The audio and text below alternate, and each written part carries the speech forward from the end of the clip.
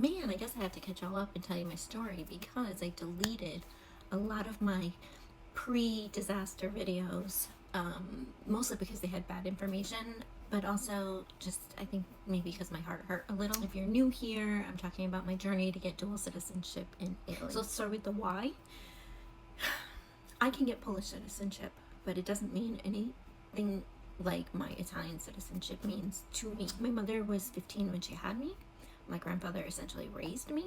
He was a very important part of my life. He taught me, he was the moral compass of my life. Maybe someday I'll tell you some really funny stories of how he kept me in line. So my great-grandparents came over from Sicily with my grandfather's brother, and they had 3 other children in Sicily, but they all sadly passed away.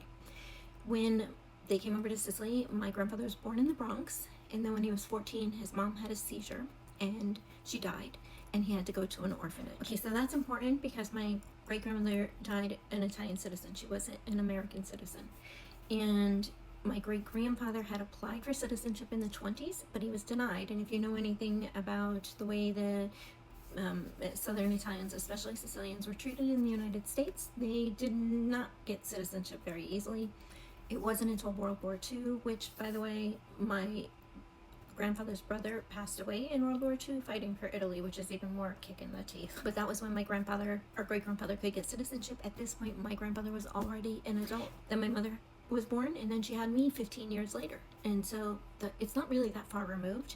The documents are clean. I filed lawsuits to clean up any misspellings. I had all of my documents apostille done. Everything was good to go. And I was just waiting on my codice fiscale from Miami, because I couldn't get an appointment at the consulate to do it there, which never should be that way, but I thought at least I could get my codice fiscale from there, and I could not. At least I didn't think so. So I was like, you know what?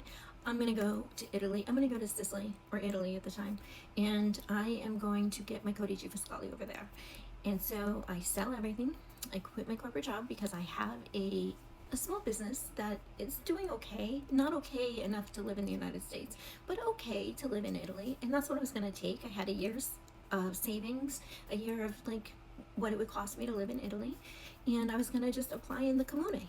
But before I could do that, I needed to get an apartment, and I needed that codice fiscale. So when I got to Italy, I made an appointment with an attorney for April 9th. That was as soon as they had for getting my codice fiscale. I landed in Italy on March 8th. So it was no big deal. I got to explore Italy. It was fun, whatever. All right. So then March 27th comes along, and my world is just like, there are no words. I have no words. I don't even know what to say. I completely uprooted my entire life for this process that was supposed to be really easy. Just if you couldn't get an appointment at the consulate, which I couldn't, if you didn't want to spend the money on an attorney, which later on cost me well over $7,000. There was an important part of wanting to do it in the comune, but if you did it in the comune, you had to commit that you were going to live there for a year. Even though it could have taken less time, the commitment was a year. I was committed. After the TAJANI decree happened, I could only stay in Italy for 90 days at a time. By the way, y'all, I cannot even get a visa at the Miami. I don't think anybody works at the Miami consulate, if I'm being completely honest. Fast forward, I filed a lawsuit. I'm in Palermo, probably the worst court system that I could have been in for this situation, because at this moment they're just rubber stamping denials. If you didn't file before the TAJANI decree, you were denied. It didn't really matter. Part of the denial on mine was there was nothing connecting you to the screenshot showing. I couldn't get an appointment. I took pictures showing that I could. My name was on the screen. Didn't matter. So now we are going to file an appeal. If I can't prove prior intent with my letters to the real estate agents, with my one-way ticket, with letters that I wrote to the town saying lawsuits that I put in the lawsuits, what I was doing, if I couldn't get prior intent with that, then this has got to go all the way up to the Supreme Court. In the meantime, I got to explore Sicily even more, and you know when your heart just pulls you there?